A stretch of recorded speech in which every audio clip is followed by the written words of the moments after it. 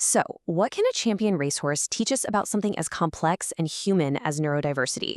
It's a surprising question, I know, but the answer is hiding inside this really beautiful children's story that we're going to dive into today. Let's get into the story of Henry, the Ticking Horse. Okay, so every great story needs a hero.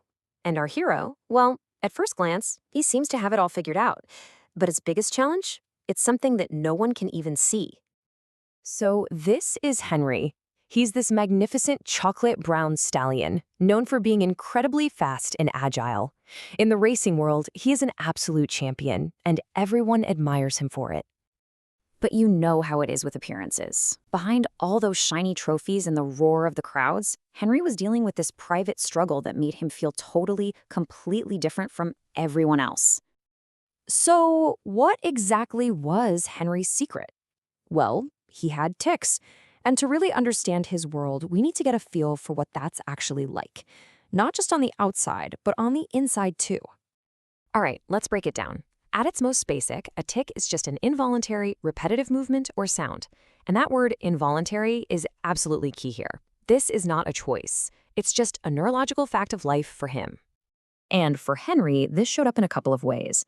The story talks about vocal tics, unexpected barking or grunting sounds, and then motor tics, like a sudden twitch of his head or this uncontrollable urge to jump. This was just part of his day, every day. Now, this right here is so important to grasp. A tic isn't just some random thing that happens out of the blue. The book explains it really well. It often starts with this uneasy urge or sensation. It's like a pressure that builds and builds. The tic itself is the release of that pressure, and it's followed by this sense of relief. It's this whole cycle going on inside. Okay, so understanding the internal feeling is one piece of the puzzle. But how did the rest of the world react to Henry? This is where the story really digs into the social side of being different. Man, this quote from the book is just heartbreaking, isn't it? It just perfectly captures that judgment and rejection that comes from people not understanding. They weren't just looking, they were actively showing their disapproval. And this right here really gets to the core of it. I mean, Henry had friends, good friends who cared about him. But because none of them shared his exact experience, that deep, profound sense of loneliness could still creep in. You see, empathy from others is amazing, but that feeling of being truly seen by someone who just gets it, well, that's a whole other level. And that feeling is exactly what makes this next part of the story so incredibly powerful. This is the moment where everything starts to change for our guy, Henry. And that big change comes in the form of his cousin, Harvey.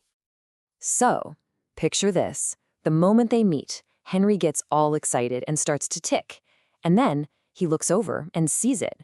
Harvey is blinking his eyes and tapping his foot over and over again. And in that one single instant, their whole world shifts. They look at each other and realize, wait, I'm not the only one. Can you just imagine the sheer relief in that moment? For the very first time, Henry is with someone who just gets it. No explanation needed. That feeling of being completely and totally understood is really the emotional heart of this entire story. And what's cool is that their connection wasn't about them being identical copies of each other. Sure, they both ticked and they both loved exploring, but they had their own favorite foods and even different types of tics. Their friendship was all about celebrating what they had in common and all the little things that made them unique. So this story of Henry and Harvey finding each other is just so powerful. And it's actually a gateway to a much bigger idea the author wants to share with us, which is all about why giving a name to these experiences, what we call a diagnosis, matters so much. Yeah, the author makes this point crystal clear. A diagnosis is so often feared as this restrictive label, but that's a total misunderstanding of what its real purpose is. Instead of a label, I want you to think of a diagnosis as a key. It's a key that unlocks information, so you can finally understand what's going on. It's a key that unlocks resources and services that can actually help. And maybe most importantly, just like for Henry and Harvey, it unlocks the door to finding your people, your community. There's this quote in the manuscript that just perfectly captures this whole feeling of self-acceptance. It's not about being defiant. It's about looking at reality and choosing not to waste your energy fighting a part of yourself that you can't change. It's this really powerful shift from fighting yourself to finally accepting yourself. And this really brings us to the core message of the whole book, right in the dedication. It's a simple idea, but it's so profound. It reframes the entire conversation. Being different isn't a bad thing. In fact, the amazing variety in human brains and experiences is something to be celebrated. So in the end, Henry's story leaves us with this question to chew on. The author seems to believe that empathy isn't something you just have, it's something you build through understanding. And by letting us walk a mile in Henry's horseshoes, a simple story like this one has the power to do exactly that, to open our minds and help build a more accepting, more empathetic world, one reader at a time.